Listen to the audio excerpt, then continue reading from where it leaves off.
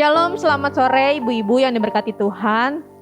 Bersyukur jika hari Jumat dan hari Minggu kita telah memperingati hari kematian dan hari kebangkitan Tuhan Yesus. Ibu-ibu yang diberkati Tuhan, kita semua yang percaya Tuhan adalah orang-orang yang hidup oleh karena anugerah Tuhan. Tuhan telah memberikan segala-segalanya untuk diri kita. Dia memberikan yang terbaik, bahkan Ia mengorbankan dirinya untuk memulihkan kehidupan umat manusia yang berdosa. Biarlah pada sore hari ini bukti nyata kasih dan karya Tuhan itu kita responi dengan menyembah Tuhan. Mari kita memulai persekutuan kita pada sore hari ini. Mari kita menaikkan pujian Pengorbananmu Sempurna.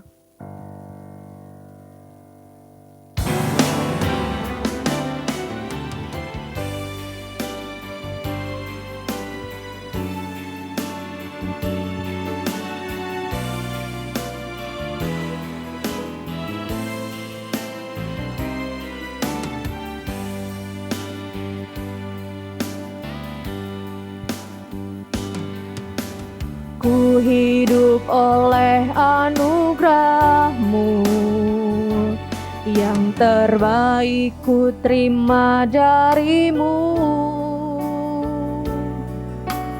Rancangan-Mu indah bagiku, sebab ku hidup selalu di dalam-Mu. Tiada pernah ku meragukan bukti kasih dan karya salib-Mu.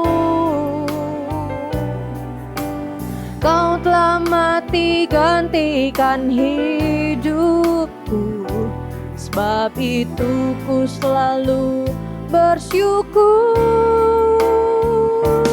Kasih-Mu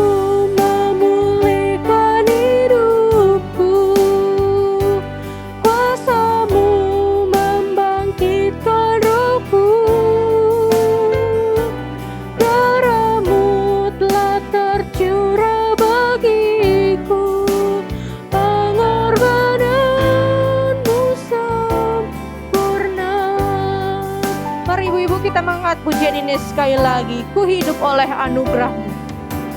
Ku hidup oleh anugerah-Mu, yang terbaik ku terima dari-Mu.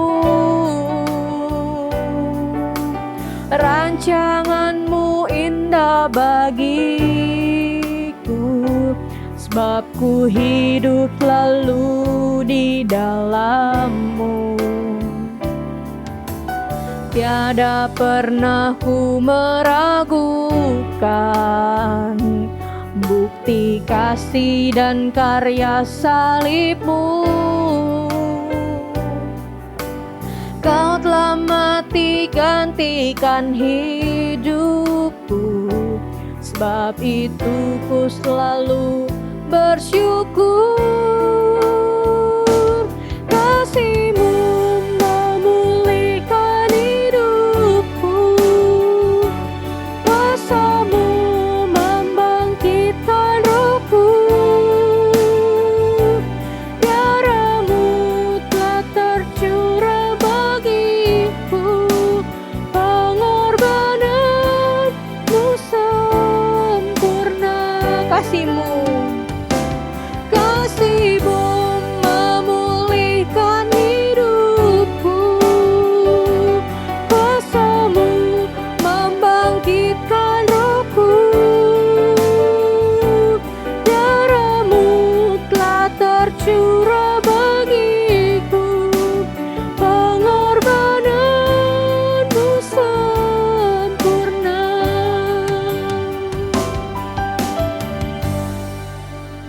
Mari ibu-ibu yang diberkati Tuhan, kita bersatu di dalam doa.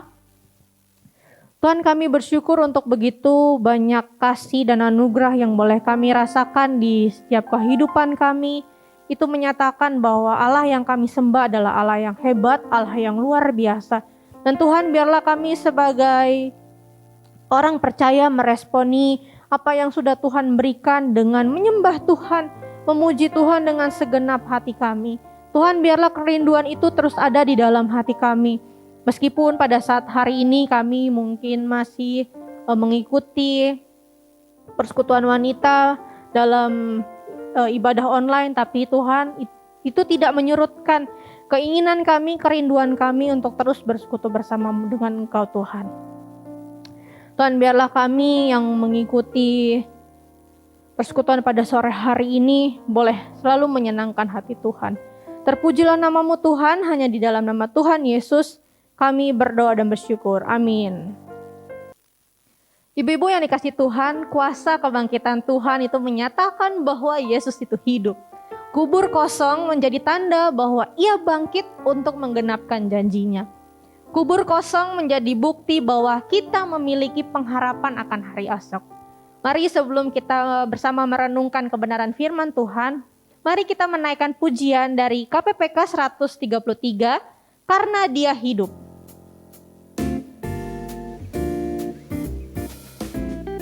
Mari kita bernyanyi sambil bertepuk tangan.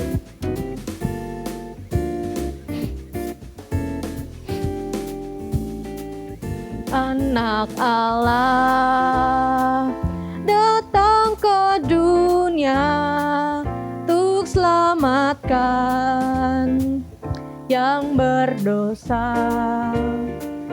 Ya tebusku mati di salib, kubur kosong nyatakan Tuhanku hidup. Sebab Dia hidup, ku ada hari esok. Takkan lagi aku takut, dan ku tahu hari esokku, hidupku penuh harap karena Dia hidup. Intro. Kita naikkan baitnya yang kedua.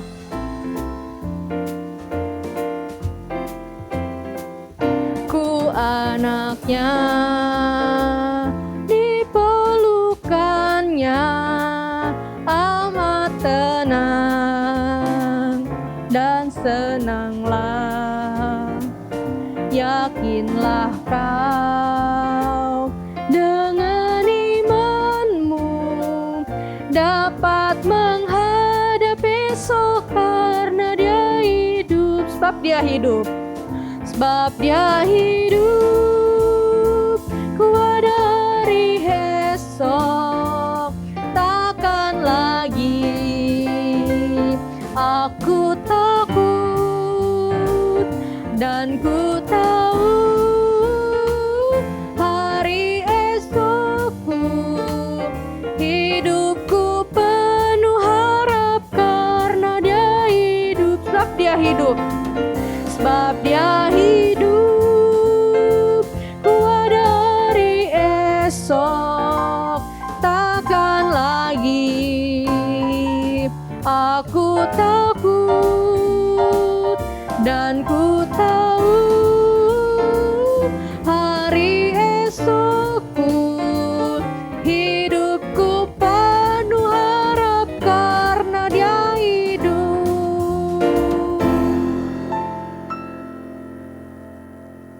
Mari ibu-ibu, sebelum kita merenungkan kebenaran firman Tuhan, mari kita bersatu di dalam doa. Tuhan, pada saat ini sebentar kami akan bersama merenungkan kebenaran firman Tuhan. Kiranya Engkau boleh tolong setiap pribadi kami, mampukan kami untuk bisa mencerna kebenaran firman Tuhan dengan baik. Dan juga biarlah firman Tuhan-Mu ini boleh tertanam dengan baik juga di hati pikiran kami, sehingga kami pun dapat bertumbuh sebagai orang-orang percaya. Terima kasih Tuhan, inilah doa kami, hanya di dalam nama Tuhan Yesus kami berdoa dan bersyukur. Amin. Ibu-ibu yang diberkati Tuhan, sore hari ini gitu kan tema yang diberikan kepada saya adalah tentang jangan ada keraguan gitu ya, jangan ada keraguan. Ibu-ibu, hal ini menarik gitu ya, menarik karena untuk kedua kalinya di Komisi Wanita gitu ya, saya membawakan tema yang ujung-ujungnya gitu ya, ada tentang keraguannya. Dulu tahun lalu itu saya membawakan tentang Yohanes Pembaptis yang meragukan identitas Yesus sebagai Mesias. Nah, pada sore hari ini gitu ya, kalau kita perhatikan di Alkitab itu ternyata begitu banyak nabi-nabi ataupun orang-orang yang dikisahkan di dalam Alkitab itu juga sebenarnya mengalami keraguan tentang Allah, meragukan tentang Yesus. Nah, kita pun gitu ya sebagai orang percaya yang notabene juga adalah orang Kristen gitu ya, pengikut Tuhan, itu juga sering mengalami yang namanya keraguan.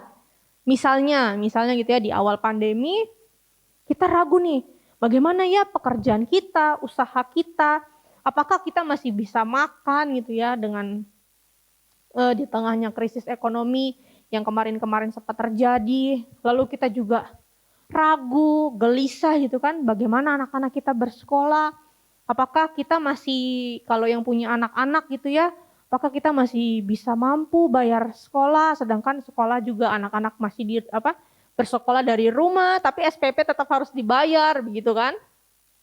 Terus pada saat ini pun banyak orang juga yang dari kehilangan pekerjaan, harus kembali memulai pekerjaannya juga memiliki keraguan. Apakah saya bisa kembali merintis usaha, apakah saya bisa kembali bekerja, apakah saya bisa kembali menstabilkan ekonomi keluarga saya. Nah, jadi banyak hal-hal yang diragukan orang-orang pada umumnya gitu ya. Nah, ibu-ibu yang diberkati Tuhan, kalau berbicara mengenai keraguan gitu ya, keraguan itu kerap kali berhubungan dengan daya jangkau akal kita. Masuk akal enggak nih di pikiran kita? Misalnya gitu ya, jika ada sebuah informasi, sebuah berita yang viral gitu ya. Tapi berita yang kita dengar atau kita simak itu melampaui daya jangkau kita, melampaui pikiran kita, enggak masuk di akal kita. Kita cenderung meragukan informasi tersebut. Maka muncullah istilah hoax itu kan. Itu mah bohong, itu mah berita itu mah paling beginilah. Nah, muncul hal-hal seperti itu. Jadi orang nggak bisa sepenuhnya percaya karena sesuatu yang diterimanya itu melampaui daya jangkau akal kita sebagai manusia.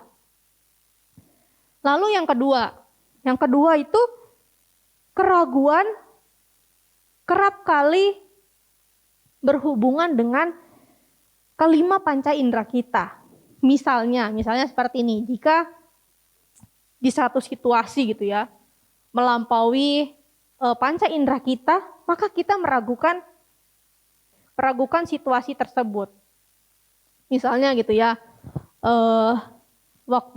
saya ingat tuh waktu awal-awal corona gitu, orang-orang banyak memproduksi gitu, banyak menampilkan video-video. Nah, salah satu yang saya lihat gitu kan, ada yang viral gitu cara bikin kue tanpa oven. Bikin kue no oven-ovenan gitu ya. Subtitlenya di situ. Bisa pakai cara lain. Nah, dia pada waktu itu pakai teflon gitu ya contohnya. Nah, saya yang pada waktu itu melihat itu, dan kebetulan saya juga nggak punya oven di rumah. Nah, saya cenderung waktu melihat video itu saya ragu gitu. Beneran bisa nggak ya orang ini buat waktu itu saya ngelihatnya orang buat cookies gitu ya. Buat cookies di teflon gitu kan. Waktu saya melihat itu dan saya meragukannya, dan pada akhirnya itu membuat saya mencobanya gitu kan. Karena saya ragu, saya mencobanya dan ternyata bisa itu. Nah, Bapak Ibu, ibu-ibu yang diberkati Tuhan, maaf. Kita cenderung meragukan situasi, meragukan cara orang tersebut, misalnya video tadi, dan kita belum yakin dengan cara orang itu tadi buat kue tanpa oven, kalau kita sendiri belum mencobanya ya, karena saya merasakannya sendiri gitu kan, pada akhirnya saya mencobanya.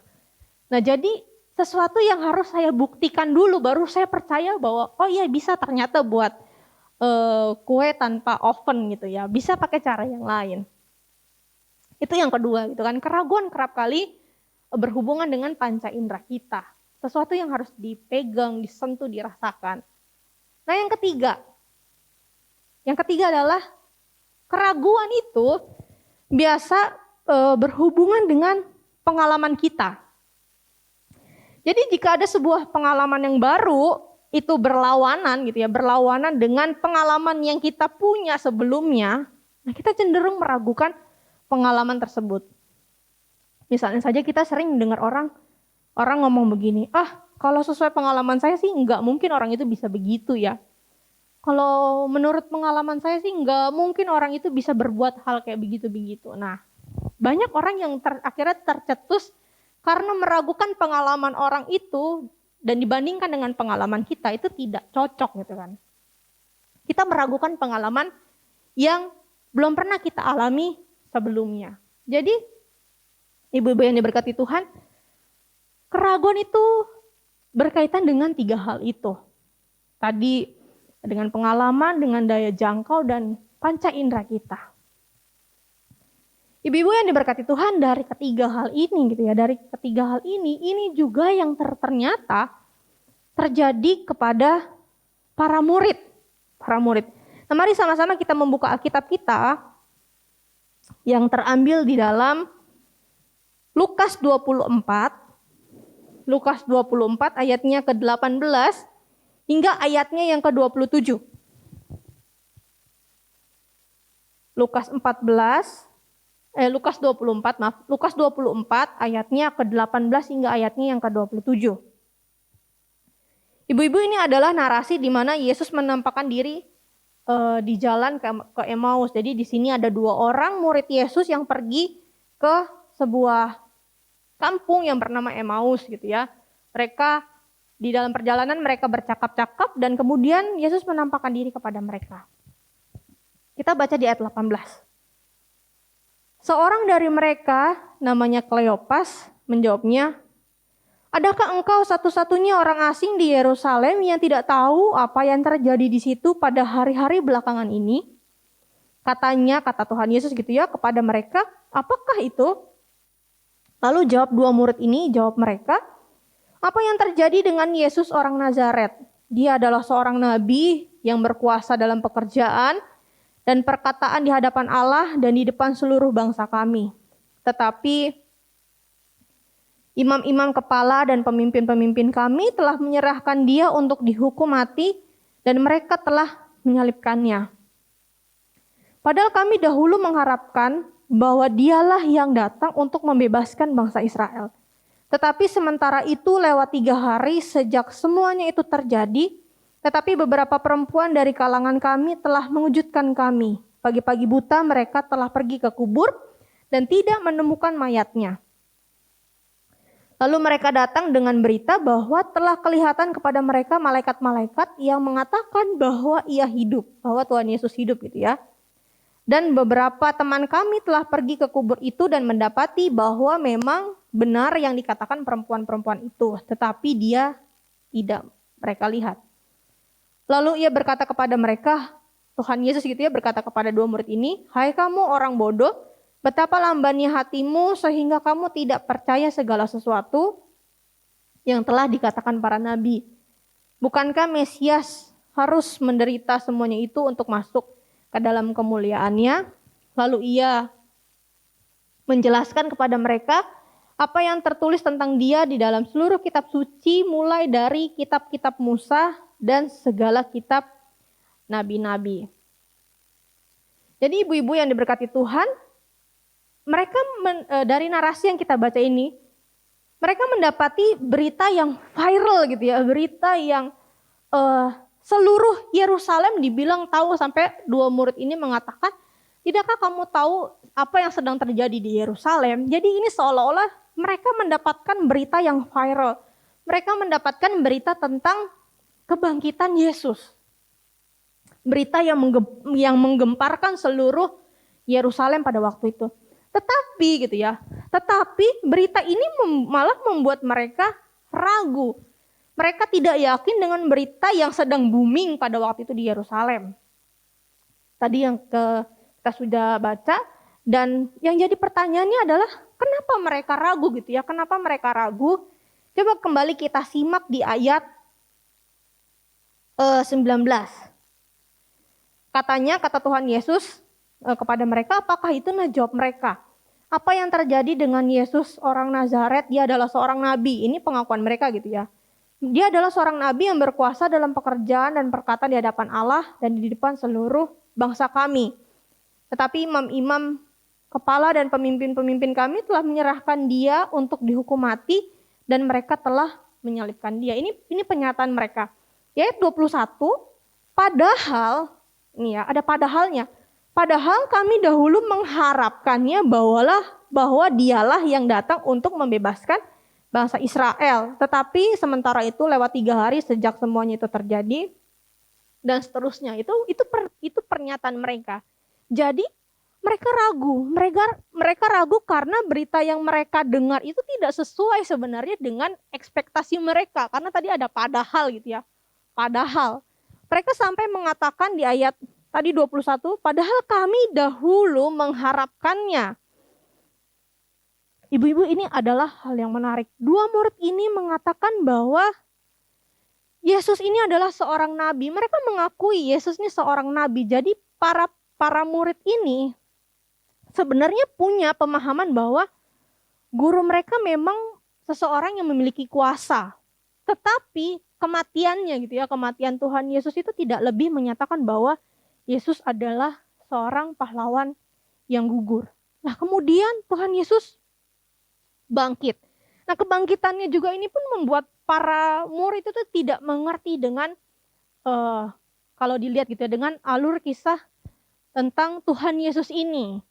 Jadi sebenarnya gitu ya, sebenarnya para murid ini punya harapan yang besar akan kedatangan Yesus di kehidupan mereka. Mereka kayak seperti punya impian yang besar mengenai bangsa mereka, yaitu bangsa Israel, mengenai bebasnya bangsa Israel. Karena pada waktu itu mereka ditindas oleh bangsa Romawi.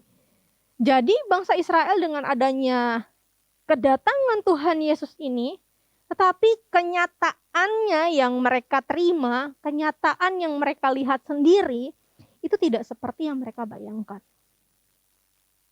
Jadi harapan mereka pupus.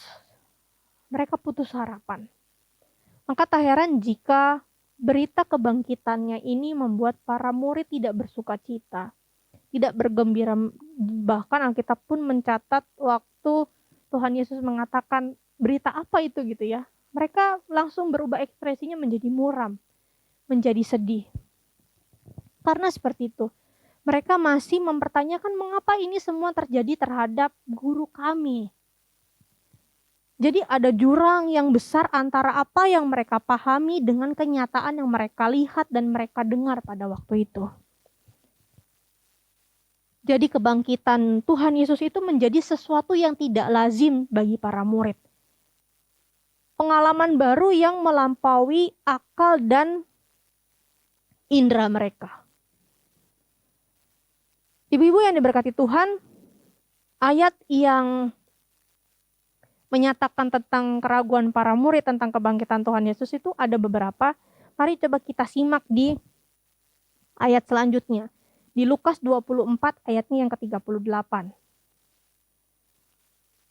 Di mana pada waktu itu Yesus menampakkan diri kepada semua murid. Akan tetapi ia berkata kepada mereka, mengapa kamu terkejut dan apa sebabnya timbul keraguan-raguan di dalam hati kamu? Ini Tuhan Yesus yang mengatakan. Lalu kemudian kita baca lagi satu ayat. Ibu-ibu pasti tahu tentang narasi ini, yaitu tentang Thomas. Ya. Thomas ini kan ceritanya gitu kan, narasinya juga familiar.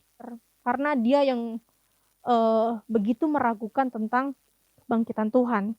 Coba kita buka di Yohanes 20 ayatnya yang ke-25. Yohanes 20 ayatnya yang ke-25. Saya akan membacakannya. Maka kata murid-murid yang lain itu kepada Thomas gitu ya. Kami telah melihat Tuhan. Tetapi Thomas berkata kepada mereka, sebelum aku melihat bekas paku pada tangannya, dan sebelum aku mencucukkan jariku ke dalam bekas paku itu dan mencucukkan tanganku ke dalam lambungnya, sekali aku tidak akan percaya. Jadi jelas banget ini yang dikatakan Bahwa di dalam narasi ini bisa kita lihat bagaimana mungkin orang-orang para murid ini gitu ya, para murid ini yang hidup bersama dengan Yesus, bersama-sama dengan Yesus, melayani Yesus, bersama-sama sebegitu meragukan gurunya sendiri. Thomas menginginkan bukti yang ingin ia lihat langsung. Thomas menginginkan bukti yang bisa ia rasakan langsung dari gurunya tersebut. Ibu-ibu yang diberkati Tuhan, orang yang ragu biasanya lebih mengandalkan panca indera mereka sendiri, mengandalkan apa yang ditahunya. Orang bisa percaya gitu ya, orang bisa percaya jika mengikuti apa yang dilihatnya, didengarnya, disentuhnya atau dirasakannya. Jadi dengan kata lain, orang-orang seperti ini, khususnya para murid gitu ya, menjadikan pengalaman mereka sendiri itu sebagai faktor penentu akan apa yang mereka percayai. Ibu-ibu yang diberkati Tuhan, dari pembahasan tentang keraguan ini gitu ya, ragu itu memang merupakan sebuah kewajaran gitu ya. Karena ragu itu juga sebenarnya menjadi satu tanda bahwa kita ini manusia yang terbatas. Ketika seseorang mengalami keraguan gitu ya, biasanya akan ada dua hal yang terjadi dari sikap keraguannya, kelanjutan dari sikap keraguannya gitu ya. Yaitu yang pertama adalah menjadi skeptis, menolak semua kebenaran-kebenaran firman Tuhan, dan kemudian meninggalkan Tuhan. Kenapa orang-orang yang ragu ini kemudian bisa jadi skeptis dan punya kemungkinan untuk meninggalkan Tuhan? Ibu-ibu yang diberkati Tuhan, karena biasanya orang percaya menjadi skeptis dari ragu gitu kan, kemudian menjadi skeptis dan bahkan bisa menolak semua kebenaran firman Tuhan dan kemudian bisa meninggalkan Tuhan. Mengapa itu bisa terjadi? Karena biasanya orang itu sudah punya gambaran sendiri, pemahaman sendiri tentang Tuhan. Jadi orang ragu itu biasanya mendesain sendiri Tuhan itu seperti apa. Jadi orang ragu itu menggambarkan Tuhan dengan versinya dia gitu ya. Dia menggambarkan Tuhan dengan kemauan dia sendiri. Misalnya gitu ya, kita menggambarkan Tuhan itu baik dengan versinya kita. Dilimpahi berkat lah dan lain-lainnya. Sehingga pada waktu kita mengalami kesusahan atau penderitaan, mengalami hal yang tidak mengenakan dan tidak sesuai dengan keinginan kita, dengan ekspektasi kita, nah itu dia, kita bisa menjadi kecewa. Kita jadi ragu akan kuasa Tuhan. Kita jadi mempertanyakan, Tuhan apakah benar Tuhan itu bisa tolong saya? Apakah benar doa saya bisa dijawab gitu kan? Katanya Tuhan itu baik, tapi di mana waktu saya susah? Nah, hal-hal itu keluar waktu orang meragukan Tuhan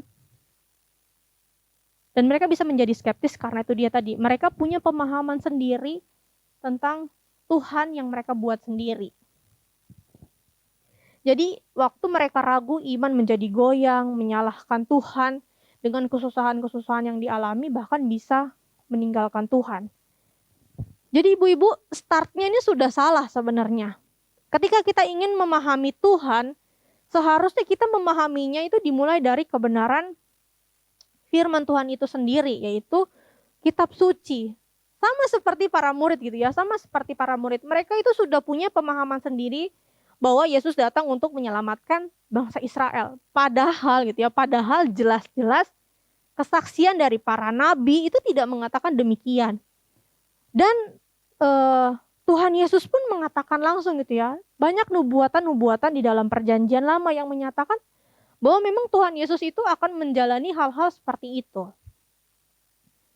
Dan Tuhan Yesus pun pada waktu bersama-sama dengan para murid, Tuhan Yesus menyatakan langsung bahwa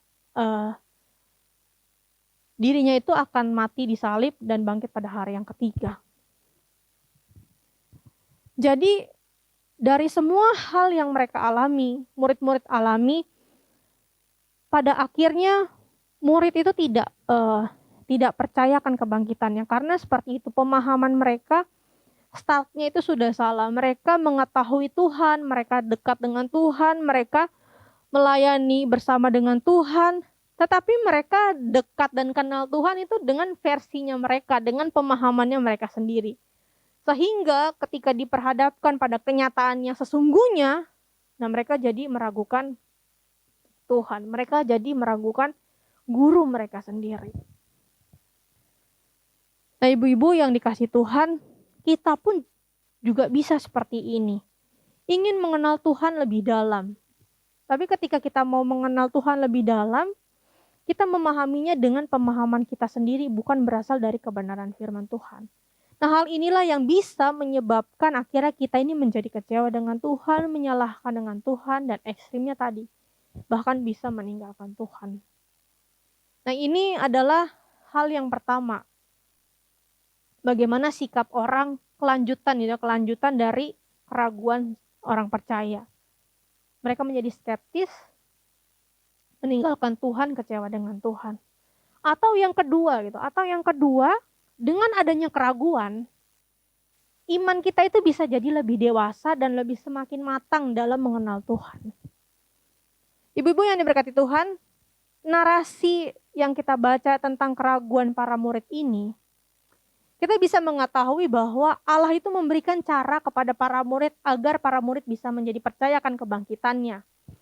Jadi tadi dalam narasi Lukas 24 ini dari perjalanan para murid ke Emmaus, akhirnya Tuhan sendiri yang menjelaskan mengenai dirinya sendiri seperti yang tertulis di dalam kitab suci. Dan Yesus berusaha menunjukkan kebenaran yang sesungguhnya bahwa memang Kristus itu harus menderita dan kemudian bangkit. Jadi Yesus mengatakan bahwa semua ini sudah tertulis mulai dari kitab-kitab Musa dan kitab-kitab nabi-nabi yang lain. Jadi Yesus hadir untuk menggenapkan apa yang memang sudah dinubuatkan oleh para nabi dan memenuhi janjinya kepada umatnya sepanjang masa.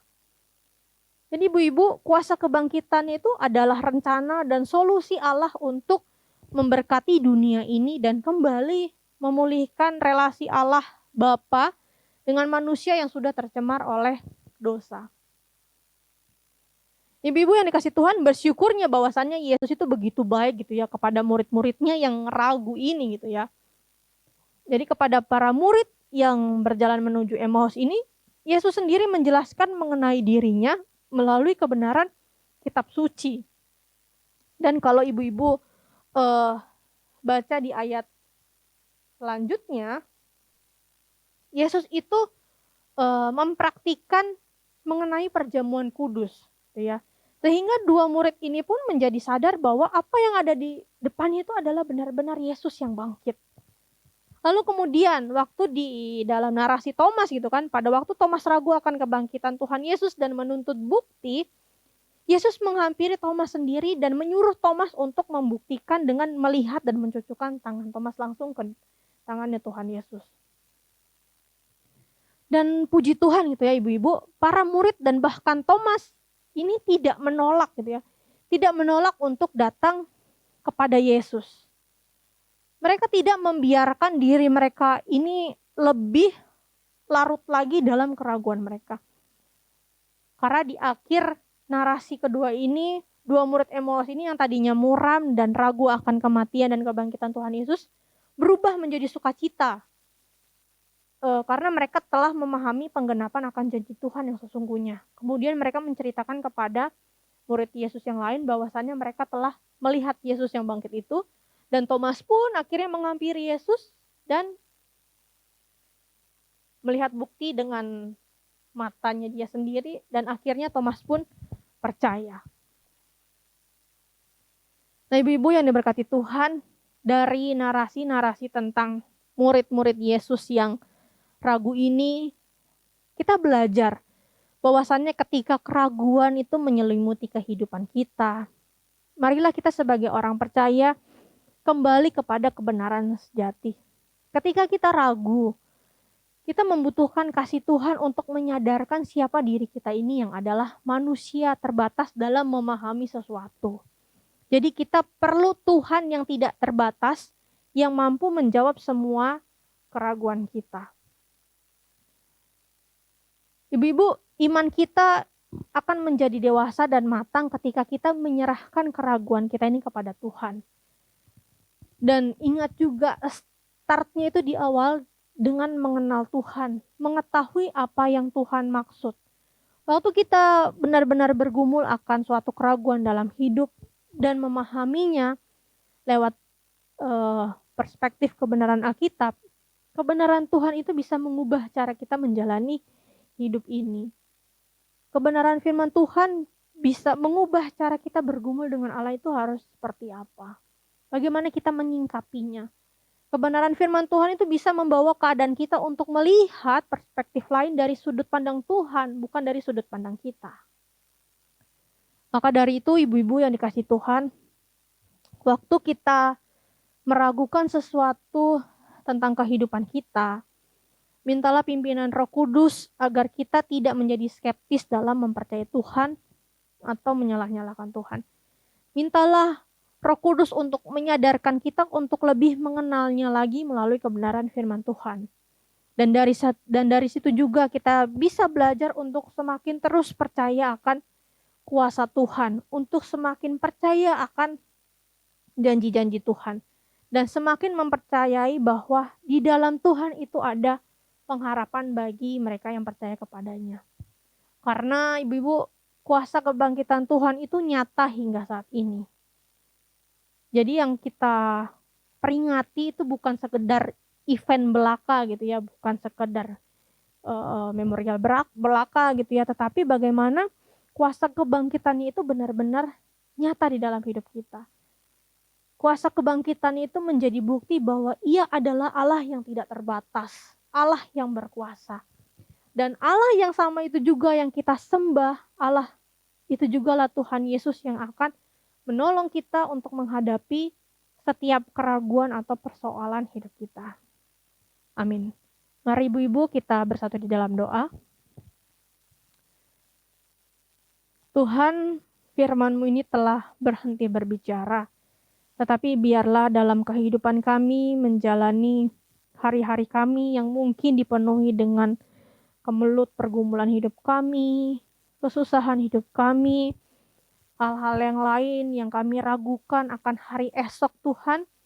Tapi biarlah firman Tuhan ini boleh mengingatkan kami kembali kepada siapa kami harus datang ketika kami ragu Tuhan. Tuhan, terima kasih karena kematian-Mu, kebangkitan-Mu itu menjadi jawaban hingga detik ini Tuhan kepada kami sebagai orang percaya. Terima kasih Tuhan bahwasannya janji-Mu itu digenapi pada waktu 2000 tahun lalu Engkau bangkit menyatakan kepada murid-murid-Mu pada waktu itu dan juga menyatakannya kepada kami sebagai orang percaya di zaman ini. Tuhan, biarlah dalam kehidupan kami yang terus berproses untuk semakin mengenal Tuhan, semakin berproses mengasihi Tuhan, biarlah di dalam hidup kami ini boleh semakin mencintai Tuhan, mencintai kebenaran firman Tuhan. Dan biarlah itu benar-benar boleh mengubahkan pola pikir kami, pola hidup kami, boleh mengubahkan bagaimana cara kami memandang hidup kami, bahwasannya ada Tuhan, ada kuasa Tuhan yang boleh menolong dan bahkan memelihara menuntun kehidupan kami. Biarlah Roh Kudus-Mu Tuhan boleh membantu kami di dalam kehidupan kami ini yang mungkin sedang di tengah pergumulan atau hal-hal yang lainnya. Kami boleh semakin belajar untuk mengasihi Tuhan. Tuhan, kiranya firman Tuhan ini tidak hanya berhenti sampai hari ini, tapi biarlah Roh Kudus boleh menanamkannya di hati dan pikiran kami. Dan itu boleh menjadi ingat-ingatan dalam pikiran kami dan kami boleh menjadikannya itu sebagai sesuatu yang bisa kami pegang. Firman Tuhan itu sebagai sesuatu ingat-ingatan kami dan kami boleh mengimaninya di dalam kehidupan kami. Terima kasih Tuhan, inilah doa kami. Hanya di dalam nama Tuhan Yesus kami berdoa dan bersyukur. Amin. Ibu-ibu bersyukur untuk sebuah perenungan yang boleh kita renungkan bersama-sama. Dan pada sore hari ini mari kita memberikan persembahan kita sebagai kembali lagi ungkapan syukur kita karena begitu besar anugerah Tuhan di dalam hidup kita. Ibu-ibu yang diberkati Tuhan, persembahan seperti biasa bisa diberikan melalui rekening yang tertera di layar televisi ataupun handphone ibu-ibu sekalian, ataupun bisa dikumpulkan dan kemudian dititipkan kepada para hamba Tuhan di jam kantor untuk diserahkan ke Komisi Wanita. Mari kita menaikkan pujian dari KPPK 247, Limpahlah Pialamu.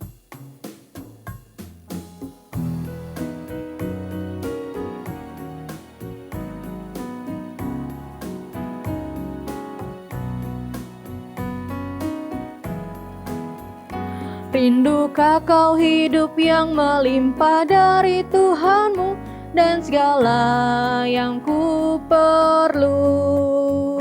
Percayalah pada Bapa dan sesuai janjinya kan genap atas dirimu. Memenuhi hari ini di hatimu, limpahlah pialamu seperti janji Tuhanmu. Memenuhi hari ini di hatimu dengan kuasa Roh Kudus. Intro. Kita nyanyikan bait yang kedua.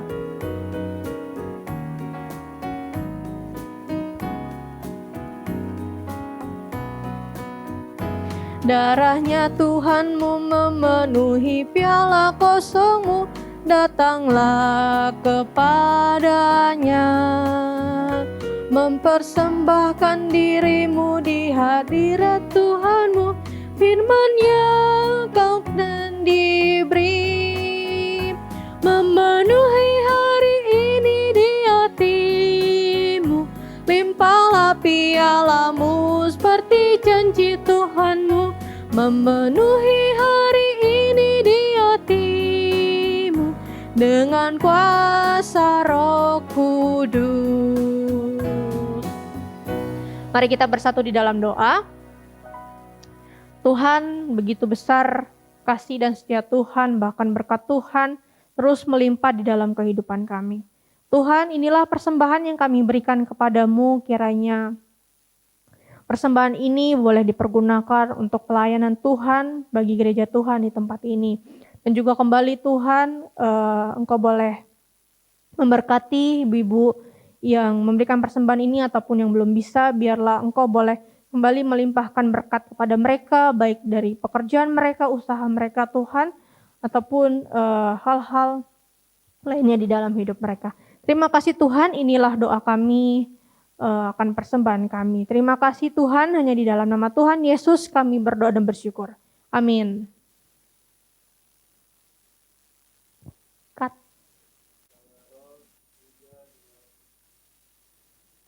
Ibu-ibu yang terkasih, mari kita bersama-sama bersatu hati di dalam doa, di mana doa nanti akan diakhiri dengan doa Bapa kami. Mari kita berdoa.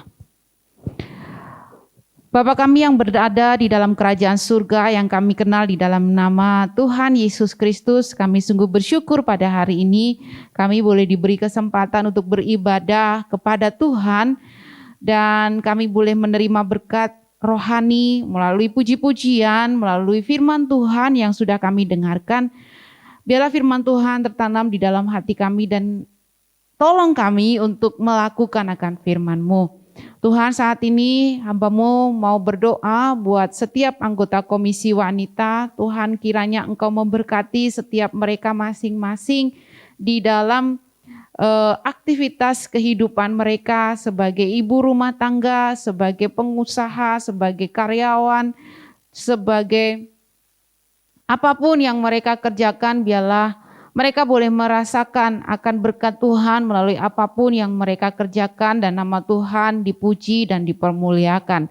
Tuhan, secara khusus kami juga berdoa untuk iman kerohanian mereka di tengah situasi yang masih di dalam masa pandemi dan juga mereka yang mengatur kehidupan rumah tangga mereka dan hal-hal yang lainnya. Biarlah iman mereka tetap terpaut kepada Kristus Yesus yang adalah satu-satunya pengharapan di dalam kehidupan mereka. Dan bersyukur di mana kami juga boleh memperingati akan kematian dan kebangkitan Yesus Kristus beberapa hari yang lalu, dan kami sungguh merasakan sukacita kemenangan di mana Kristus Yesus telah menghapuskan akan segala dosa kami dan ajar kami untuk tetap terus berharap kepada Yesus Kristus yang hidup, yang sudah mengalami kemenangan di dalam dan saat ini kami menghidupinya. Tuhan, saat ini kami juga memohon biarlah iman kami tetap terus teguh sampai pada akhir hidup kami mengiring Engkau. Dan Tuhan, kami juga memohon agar melalui setiap ibadah, setiap perenungan yang kami lakukan di rumah, di dalam kami membaca firman Tuhan, di dalam kami berdoa, kami boleh merasakan dan tetap merasakan akan kehadiran Tuhan di dalam setiap hal-hal yang kami hadapi. Tuhan, kami juga menyerahkan untuk setiap anggota Komisi Wanita yang mengalami kelemahan tubuh. Kami berdoa untuk Ibu Meritan di dalam pemulihan karena beberapa waktu yang lalu dia mengalami jatuh dan tangannya patah. Tuhan tetap terus memberikan pemulihan bagi tangannya, segala obat dan juga konsultasi dengan para dokter itu boleh dapat memberikan pemulihan yang baik bagi tangannya dan dia boleh melakukan aktivitasnya. Kami juga menyerahkan untuk Bu Lince Wongasari dan juga di dalam pemulihan Tuhan juga tolong jamah, berikan kesembuhan buat Bu Lince sehingga dia boleh melakukan aktivitasnya sebagai ibu rumah tangga. Teringat juga untuk Ibu Frida dan juga Bapak Joni Tios yang sekeluarga. Kami mohon Tuhan kiranya Engkau memberikan kesembuhan, pemulihan buat Pak Joni Tios dan juga Ibu Frida. Kami percaya ada tangan Tuhan yang bekerja melalui setiap tangan para dokter sehingga Pak Joni Tios boleh dapat tertolong. Tuhan, kami juga menyerahkan untuk kebutuhan-kebutuhan yang diperlukan, biarlah Tuhan yang mencukupkan. Kami juga menyerahkan untuk setiap anggota Komisi Wanita yang lain yang tidak dapat hamba-Mu sebutkan.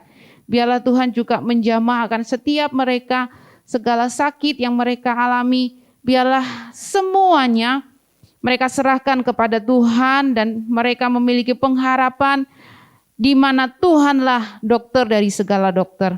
Tuhan, kami juga mengingat untuk bangsa dan negara kami, khususnya Kota Makassar, di dalam beberapa waktu yang lalu kami dikejutkan dengan aksi-aksi teror dan Tuhan kami memohon berikan keamanan bagi Kota Makassar. Sampai pada saat ini kami terus berdoa, biarlah Engkau sendiri yang memberikan perlindungan-Mu bagi Kota Makassar dan bagi orang-orang yang berniat jahat.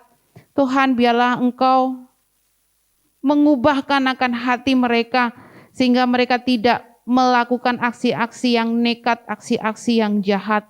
Kami juga menyerahkan Tuhan untuk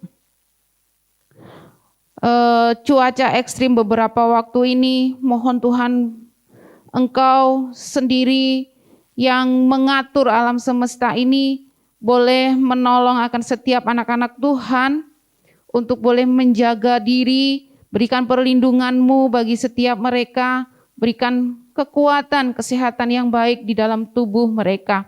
Kami juga menyerahkan Tuhan khusus untuk NTT yang saat ini Tuhan, kami melihat di televisi ada banjir bandang dan ada korban karena banjir bandang ini. Kami memohon Tuhan akan belas kasihan-Mu bagi bangsa ini. Tuhan, di setiap bencana yang terjadi kami diingatkan betapa diri kami rapuh, diri kami tidak berdaya ketika kami menghadapi akan setiap bencana-bencana yang terjadi di dalam bangsa ini. Tuhan, kami berdoa untuk setiap keluarga yang ada di NTT yang saat ini mereka juga masih mencari keluarga mereka yang hilang. Tuhan, mohon akan belas kasihan-Mu supaya mereka yang mengalami bencana ini dikuatkan. Mereka juga kehilangan akan rumah mereka, mereka kehilangan sanak saudara mereka, mohon Tuhan belas kasihan-Mu bagi mereka. Beri kekuatan, beri penghiburan-Mu bagi mereka, dan juga pemerintah setempat, bahkan pemerintah pusat boleh membantu, menolong akan setiap para korban untuk mereka dapat dievakuasi dan juga memberikan bantuan-bantuan berupa makanan yang akan dipakai selama mereka di dalam pengungsian. Tuhan, kami menyerahkan akan bangsa ini di dalam segala pergumulannya, baik itu juga untuk virus corona yang sampai saat ini Tuhan kami masih merasakannya. Kami juga memohon belas kasihan-Mu, bersyukur untuk vaksin yang boleh ada, dan sudah ada beberapa dari masyarakat Indonesia sudah mulai melakukan vaksin, dan bersyukur semuanya. Kami rindu melalui hal ini Tuhan, bangsa kami boleh mengalami pemulihan baik kesehatan dan juga masalah ekonomi. Terima kasih Tuhan Yesus, inilah doa dan permohonan kami yang kami panjatkan di dalam nama Tuhan Yesus Kristus yang mengajarkan kami berdoa. Doa Bapa kami, saya undang kita semua untuk berdiri. Bapa kami yang ada di sorga, dikuduskanlah nama-Mu, datanglah kerajaan-Mu, jadilah kehendak-Mu di bumi seperti di sorga. Berikanlah kami pada hari ini makanan kami yang secukupnya, dan ampunilah kami akan kesalahan kami, seperti kami juga mengampuni orang yang bersalah kepada kami. Dan janganlah membawa kami ke dalam pencobaan, tapi lepaskanlah kami daripada yang jahat, karena Engkaulah yang mempunyai kuasa dan kerajaan dan kemuliaan sampai selama-lamanya. Amin. Silakan duduk, ibadah selesai, Tuhan Yesus memberkati.